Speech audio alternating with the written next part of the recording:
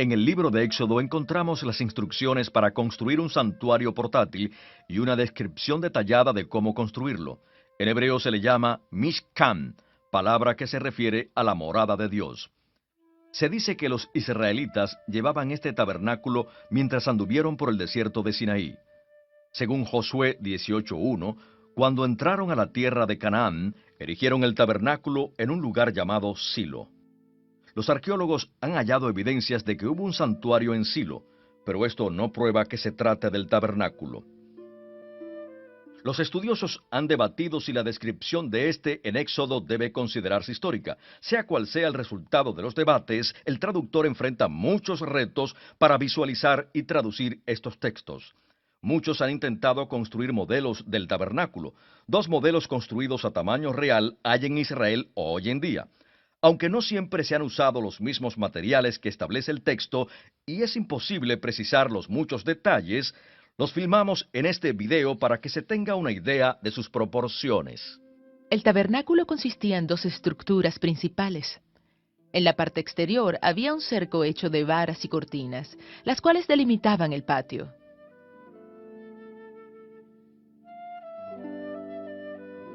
Al patio se entraba a través de una abertura en el lado oriental del cerco externo.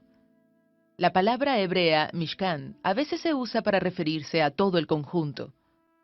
Sin embargo, con mayor frecuencia se refiere solo a la segunda estructura, a la carpa grande que estaba dentro del cerco. El tabernáculo básicamente era una carpa sobre un armazón de madera. Este lo constituían marcos individuales que se iban uniendo. La estructura real del tabernáculo era casi 3 veces más alta y más ancha que el modelo que estoy usando. Cada marco tenía 5 piezas de madera de acacia, 2 piezas largas verticales unidas arriba, al centro y abajo por travesaños.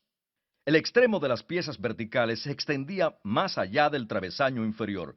Esas extensiones cabían en una pesada base de plata del mismo ancho que la tabla misma. Esta pared se hacía más estable al insertar varas en argollas en la parte de atrás.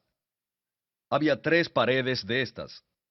El lado oriental no tenía pared, solo tenía unas cortinas que colgaban de las varas. El tabernáculo estaba recubierto de 4 capas de materiales distintos. La capa interior era de lino bordado. Las figuras bordadas en ella podían verse por dentro en la parte superior y a través de las aberturas en los marcos. Esta capa se extendía por encima de los marcos de uno a otro lado. De este modo formaba el techo y colgaba por ambos lados hasta unos 50 centímetros del piso. Por encima de esta capa iban 3 más, que tenían como propósito proteger los marcos, las cortinas de lino y los implementos dentro del tabernáculo. Al ponerle estas 4 capas encima podía apreciarse un techo plano, no inclinado, por lo que el tabernáculo habrá tenido la apariencia de una caja. Varios de los artículos dentro del tabernáculo eran de madera de acacia. Este es el único árbol en la región del Sinaí que alcanza un tamaño considerable. El interior del santuario del tabernáculo se denominaba el lugar santo. Tenía 2 ambientes, uno externo y otro interno. El término lugar santo puede referirse a cualquiera de los dos, aunque normalmente se refiere al ambiente más grande fuera del velo, mientras que el más pequeño en el extremo oeste normalmente se denomina lugar santísimo. El lugar santísimo era una habitación en forma de cubo que medía unos 5 metros por lado. El arca del pacto era una caja rectangular de 125 centímetros de largo, 75 centímetros de ancho y 75 centímetros de alto.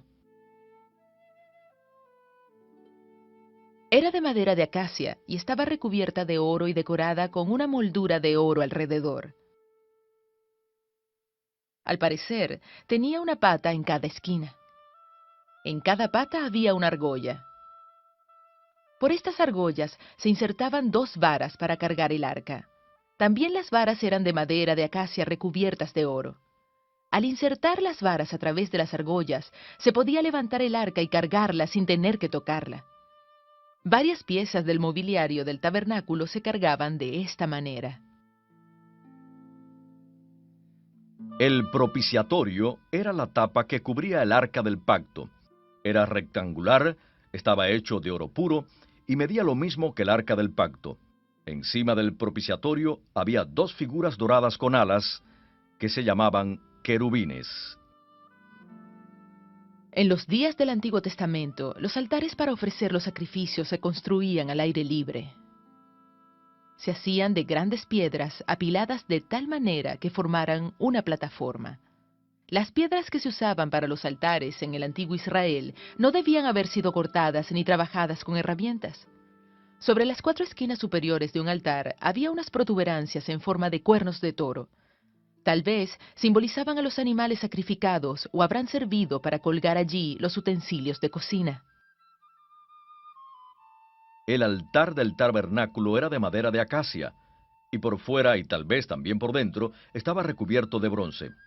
Era hueco y medía como 2,5 metros por cada lado, con una altura de 1,5 metros.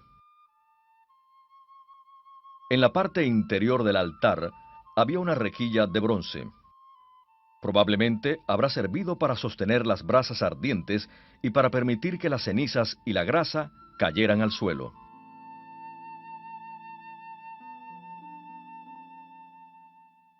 Para quemar el incienso se usaba otro tipo de altar, que era una especie de mesa en forma de caja hecha de madera y totalmente recubierta de oro.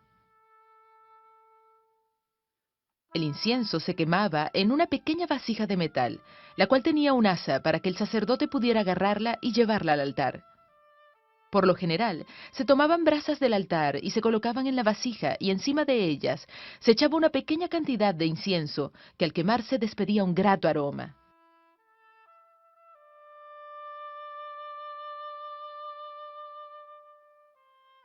Cuando los sacerdotes se disponían a oficiar, se detenían delante de un recipiente de cobre, también sobre una base de cobre. Tal vez este estaba descubierto en la parte superior para poder llenarlo de agua, pero se desconoce su estructura exacta.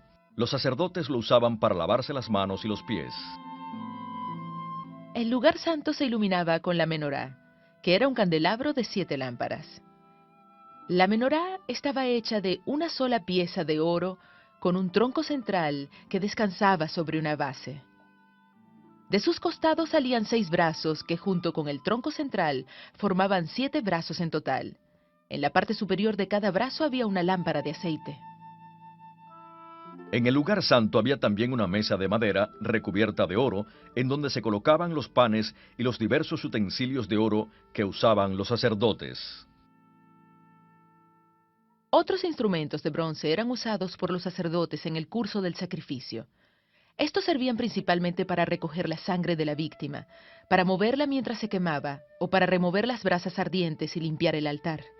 Ofrecimientos de vino o libaciones se le ofrecían a Dios en el tabernáculo en el templo, que se pasaban de una jarra de oro a un tazón también de oro.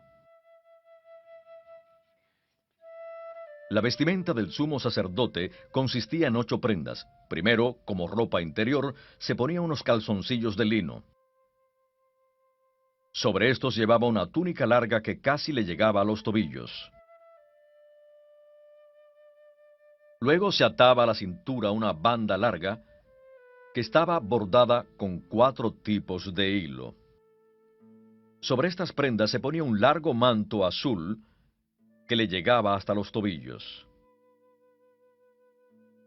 En el borde del manto se cosían en forma alternada campanillas de oro y granadas hechas de hilo. Luego se ponía el efod, que era una especie de mandil con su propio cinturón y tirantes.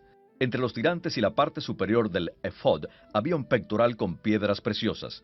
Esto era una tela bordada doblada de modo que formaba una especie de bolsillo.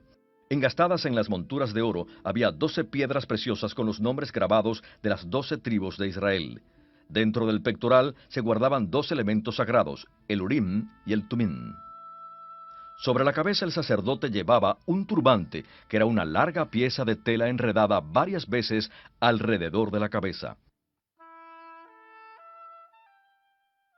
En la frente el sacerdote llevaba atada una placa de oro que tenía grabadas las palabras, consagrado al Señor.